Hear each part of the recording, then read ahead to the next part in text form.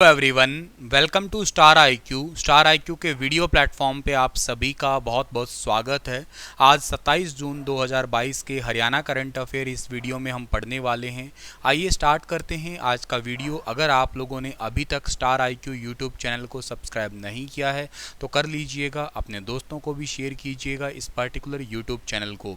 दोस्तों, आप लोग मेरा टेलीग्राम चैनल भी ज्वाइन कर लेना, स्टार आईक्यू एजुकेशन के नाम से है। वहाँ पे आप लोगों को हर लेक्चर का लेटेस्ट नोटिफिकेशन और के साथ ही पीडीएफ भी मिल जाएगा। आप लोग मेरा कंप्यूटर का बैच भी अवेल कर सकते हैं, जो कि आने वाली 1 जुलाई से स्टार्ट हो रहा है। IQ5 इस बैच का नाम है। स्टार IQ एप्लीकेशन आप गूगल प्ले स्टोर से डाउनलोड करिएगा और वहाँ पे आपको ये बैच स्टोर सेक्शन में मिल जाएगा।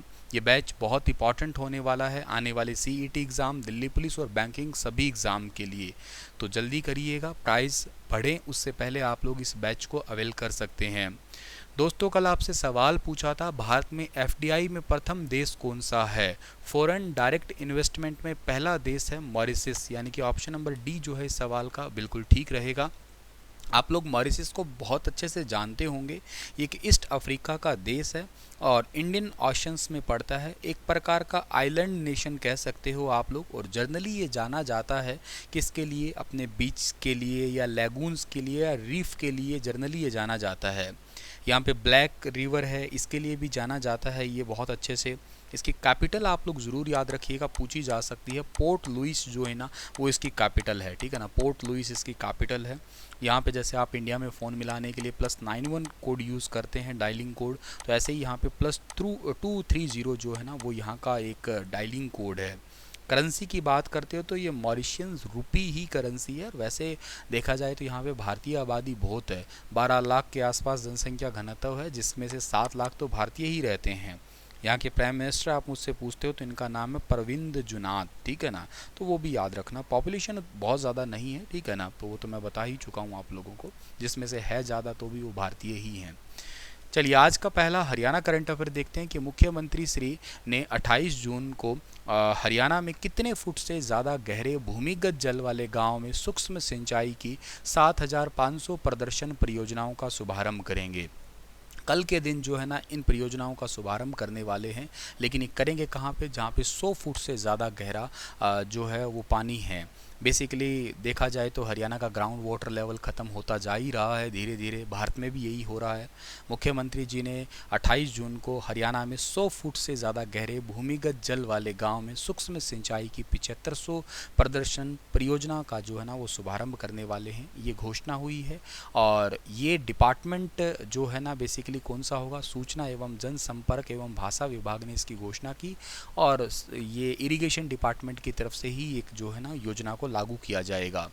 कहाँ पे लागू होगा सर ये योजना? कहाँ पे जो है ना इसका उद्घाटन होगा? तो लोक निर्माण विभाग जो विश्राम गृह है, और ये है कहाँ पे? पंचकुला के अंदर है। वहाँ पे सूक्ष्म सिंचाई की 7500 प्रदर्शन परियोजना है, इनका शुभारंभ किया जाएगा। आपको मैं वैसे बता देता हूँ कि हरियाणा सरकार जो है ना ये सूक्ष्म सिंचाई वाली इरिगेशन सिस्टम पे, माइक्रो इरिगेशन पे 85% का अनुदान देती है, जो कोई फवारा सेट वगैरह लेना चाहता है तो उसके लिए। दूसरी बात, पूरे भारत में ये जो आपका ग्राउंड वाटर लेवल है वो बिल्कुल ही ख़त्म हो गया। वो कहाँ पे? एक राज्य है जिस राज्य का नाम है तमिलनाडु। इस तमिलनाडु के अंदर जो है ना ग्राउंड वाटर लेवल बिल्कुल जीरो हो गया, तमिलनाडु की कैपिटल चेन्नई के अंदर। हरियाणा ने कोशिश की है पानी को बचाने के लिए, और इस कोशिश के अंदर हरियाणा राज्य ने क्या किया है? मेरा पानी मेरी विरासत योजना स्टार्ट कर दी है, जिससे हरियाणा में क्या है कि लोग धान की बजाय दूसरी अन्य फसलें लगाएं, जिस पे 7,000 रुपये प्रति एकड़ जो है वो दिया जाता है अनुदान। और जल संरक्षण की ब्रांड एम्बेसडर सितंबर 2021 में मनिका शोकंद को बनाया है। हालांकि मेरा पानी मेरी विरासत योजना का ब्रांड एम्बेसडर भी कौन है? मनिका शोकंद ही है। मुख्यमंत्री जी ने कहा है कि कैबिनेट में श्री माता भीमेश्वरी देवी मंदिर आश्रम, जो कि कहाँ पे पड़ता है, इसके श्राइन बोर्ड बनाए जाने पे मंजूरी दी है। तो माता भीमेश्वरी देवी मंदिर है, ये पड़ता है बेरी में। बेरी यानी कि झज्जर डिस्ट्रिक्ट के अंदर ये है। और इसके लिए कैबिनेट में एक मंजूरी दी गई है कि स्पेशली इसका एक श्राइन बोर्ड बनेगा। जैसे आपने पंचकुला के अंदर माता मनसा देवी एक श्राइन बोर्ड है, ऐसे ऐसे ही यहाँ पे भीमेश्वरी देवी मंदिर आश्रम श्राइन बोर्ड बनेगा। इस मंदिर से जुड़ा एक केस है वो ऑलरेडी कोर्ट के अंदर जो है ना वो पेंडिंग है।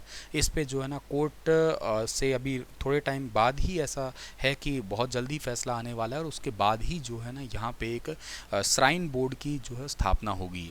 शायद आपको याद होगा कि माता मनसा देवी श्राइन बोर्ड है, उसके अध्यक्ष हरियाणा के मुख्यमंत्री जी ही हैं, तो वो बात भी आप याद रखिएगा। और ये बेरी नाम की जगह ये बड़ी इंपॉर्टेंट है, हरियाणा के पहले मुख्यमंत्री शायद आपको याद होंगे वो जो है वो यहीं से ही संबंधित थे, तो काफ़ी इंपॉर्टेंट है ये जगह, ज़रूर याद रखना आप लोग। झज्जर का एक भिंडावास है, बड़ा इंपॉर्टेंट है, मैंने ऑप्शन में रखा है ये क्योंकि इसको रिसेंटली जो है ना वो आपको एक साइट का दर्जा दिया गया, वेटलैंड साइट या रामसर साइट का, और भिंडावास के साथ साथ सुल्तानपुर को भी वेटलैंड साइट का दर्जा दिया गया, शायद याद होगा आपको। अगला क्वेश्चन है कि मुख्यमंत्री जी ने कहा है कि इलेक्ट्रिक 2 व्हीलर और 3 व्हीलर खरीदने पर मोटर व्हीकल्स टैक्स में कितने परसेंटेज की छूट दी जाएगी। तो कोई इलेक्ट्रिक 2 व्हीलर या 3 व्हीलर खरीदता है तो मोटर व्हीकल टैक्स में जो है ना उसे 100% की छूट दी जाएगी। ऑप्शन नंबर डी जो है इस सवाल का हमारा बिल्कुल ठीक रहेगा। इलेक्ट्रिक वाहन निर्माता को भी इलेक्ट्रिक व्हीकल पॉलिसी के तहत छूट दी जाएगी, उन्हें 10 साल के लिए 50% स्टेट GST के अंदर भी जो है ना वो छूट देंगे, तो ये भी मुख्यमंत्री जी ने घोषणा की है। और हरियाणा के अंदर इलेक्ट्रिक व्हीकल पॉलिसी से वाहनों के खरीदारों के साथ साथ निर्माता और रिसर्च एंड डेवलपमेंट करने वालों को भी डायरेक्ट बेनिफिट मिलेगा। 15 लाख से 40 लाख रुपए तक की कीमत के इलेक्ट्रिक कार पर 15% कीमत पर छूट या 6 लाख रुपए की छूट जो है दी जाएगी, तकरीबन मतलब या तो 15% या 6 लाख, इनमें से जो भी एप्लीकेबल होगी वो छूट दी जाएगी, ताकि इलेक्ट्रिक व्हीकल पॉलिसी को ठीक ढंग से हरियाणा के अंदर अपनाया जा सके। शायद आपको याद होगा कि हरियाणा में पहला इलेक्ट्रिक व्हीकल चार्जिंग स्टेशन खुला था, कब 4 जनवरी के दिन खुला था साल 2021 में, और पंचकुला के अंदर खुला था। और पूरे भारत का सबसे बड़ा इलेक्ट्रिक व्हीकल चार्जिंग स्टेशन भी हरियाणा के अंदर ही है, और वो कहाँ पे पड़ता है, गुरुग्राम में। 1000 गाड़ी एक दिन में चार्ज हो सकती है यहाँ पे, ठीक है ना। हरियाणा राज्य में वर्ष 2022-23 के लिए लोक लेखा समिति का अध्यक्ष किसे बनाया गया है, बहुत इंपॉर्टेंट क्वेश्चन है। हरियाणा राज्य में साल 2022-23 के लिए लोक लेखा समिति का अध्यक्ष बनाया गया है वरुण चौधरी को। ऑप्शन नंबर सी जो है इस सवाल का ठीक रहेगा, जो आपको फोटो में दिखाई दे रहे हैं यही है वरुण चौधरी।